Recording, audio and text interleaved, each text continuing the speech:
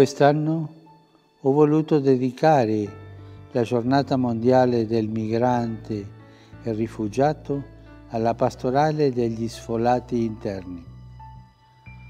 Ho scelto come titolo del mio messaggio "Come Gesù Cristo costretti a fuggire", collocando al centro della mia riflessione l'esperienza di Gesù bambino, sfollato e profugo assieme ai suoi genitori.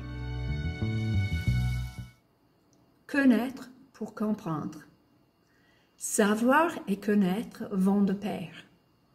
On peut savoir des faits saillants, savoir-être, savoir-faire et savoir-vivre.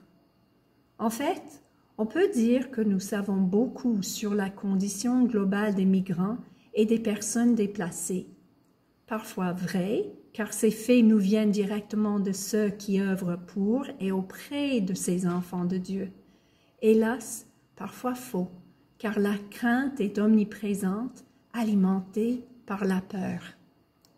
Mais la vérité reste que ces personnes venues d'ailleurs sont parmi nous, dans nos communautés, nos églises, nos magasins et au travail. Ils ont leur propre histoire, une histoire qui reflète leurs expériences, leurs dons, leurs espoirs, leurs déceptions et leurs besoins uniques. Comment savoir être, faire et vivre côte à côte, sans aller vers eux, les bras tendus, à l'écoute et les yeux attentifs, pour chercher à comprendre, et possiblement être invité par eux à cheminer avec et les accompagner, pour enfin les reconnaître comme nos frères et sœurs qu'on n'abandonnerait jamais. Se faire prochain pour servir. Dans la situation actuelle marquée par la pandémie, il y a bien des changements. Dans mon cas, dès le déconfinement, je fais une petite activité dans la cour de l'église Notre-Dame d'Afrique comme moyen de me faire prochain des voisins, des passants, des pauvres, à travers l'accueil, l'écoute et le service, tout en respectant les consignes de protection. Alors, petit à petit, cette activité nous rapproche et favorise l'humanité. Écouter pour réconcilier. Quand on prévoit rencontrer quelqu'un, on pense souvent à ce qu'on va lui dire. On a toujours plein de choses à raconter.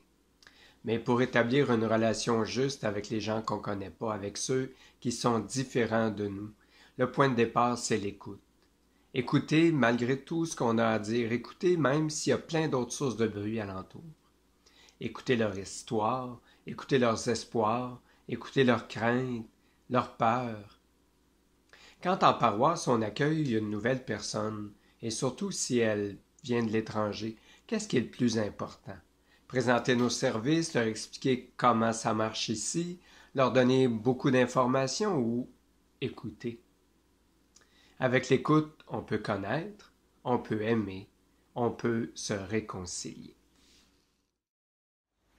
Pour grandir, il est nécessaire de partager. Le partage a été l'un des éléments fondateurs de la première communauté chrétienne. Nous sommes la communauté chrétienne d'aujourd'hui et nous devons apprendre à partager pour grandir ensemble sans laisser personne de côté. La pandémie nous a rappelé que nous sommes tous dans le même bateau. Nous avons tous, indépendamment de qui nous sommes ou d'où nous venons, les mêmes besoins, les mêmes désirs et les mêmes préoccupations. Pour grandir vraiment, nous devons grandir ensemble en partageant ce que nous avons. C'est ainsi que les gens sauront que nous sommes chrétiens, par notre partage, par notre amour. Il faut toujours se rappeler que la personne réfugiée est comme vous et moi. Avant d'être obligée de quitter sa maison, elle avait une vie semblable à la nôtre. Elle avait une famille, se levait le matin pour aller au travail, elle contribuait à sa communauté, ainsi de suite. Cette personne a des dons. On peut la voir comme nécessiteuse car elle ne connaît pas notre culture ni notre langue et vit des moments difficiles. Mais elle a des dons à partager. Il suffit d'être un peu créatif pour l'impliquer dans notre vie. Ce faisant, nous réussirons à promouvoir que les personnes réfugiées sont, en bout de compte, comme vous et moi.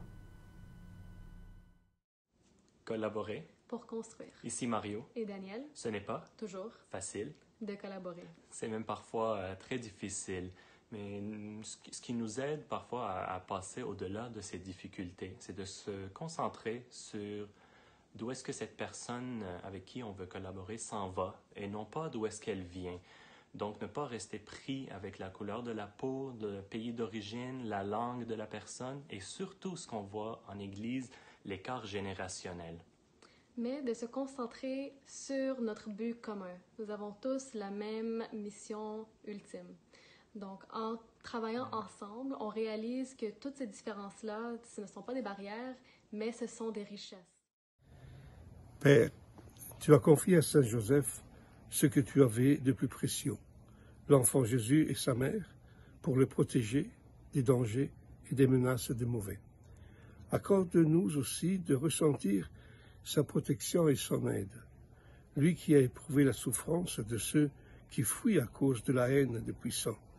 Fais qu'il puisse réconforter et protéger tous ses frères et sœurs qui, poussés par les guerres, la pauvreté et les nécessités, quittent leur maison et leur terre pour se mettre en chemin et chercher refuge vers des lieux plus sûrs. Aide-les, par son intercession, à avoir la force d'aller de l'avant, le réconfort de la tristesse, le courage dans l'épreuve. Donne à ceux qui les accueillent un peu de la tendresse de ce Père juste et sage, qu'il a aimé Jésus comme un véritable fils et qui a soutenu Marie tout au long du chemin. Lui qui gagnait son pain par le travail de ses mains, puisse-t-il pourvoir aux besoins de ceux à qui la vie a tout pris et leur donner la dignité d'un travail et la sérénité d'une maison. Nous te le demandons par Jésus-Christ, ton Fils, que Saint Joseph, sauvant en fuyant en Égypte, et par l'intercession de la Vierge Marie, qu'il aima en époux fidèle, selon ta volonté. Amen.